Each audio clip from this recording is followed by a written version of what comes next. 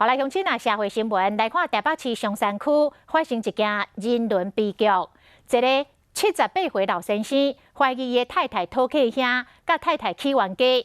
，92岁丈夫主持公道，甲玫瑰句啊，安尼袂得，趁丈夫困去，举水果刀啊，甲毒死刀，有生命危险。原来这个老先生是互招的，啊，这丈夫的个性真强势。伊当年以来，互丈夫看无目地，伫咧厝内底是真无地位，内心的怨恨累积几10年咯。因为这个事件怎规个爆发，怎举刀来杀丈夫，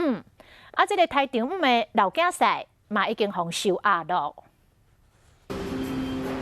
头毛焦白穿困衫的老太太，一日软球顶表情真痛苦，想袂到讲困到一半，会互囝婿举刀啊杀着伤。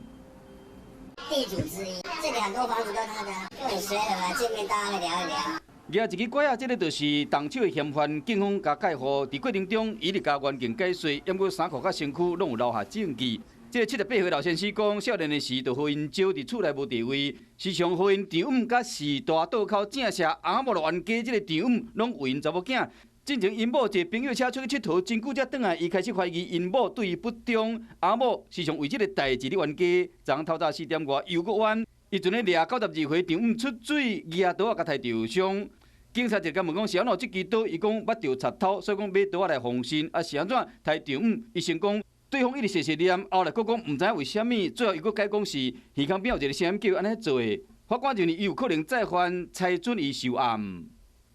虽然老先生无承认犯案，不过因为案发的过程甲靠案的刀啊有这个证据，伊愿意杀人未遂甲伤害罪受押，避免悲剧佫发生。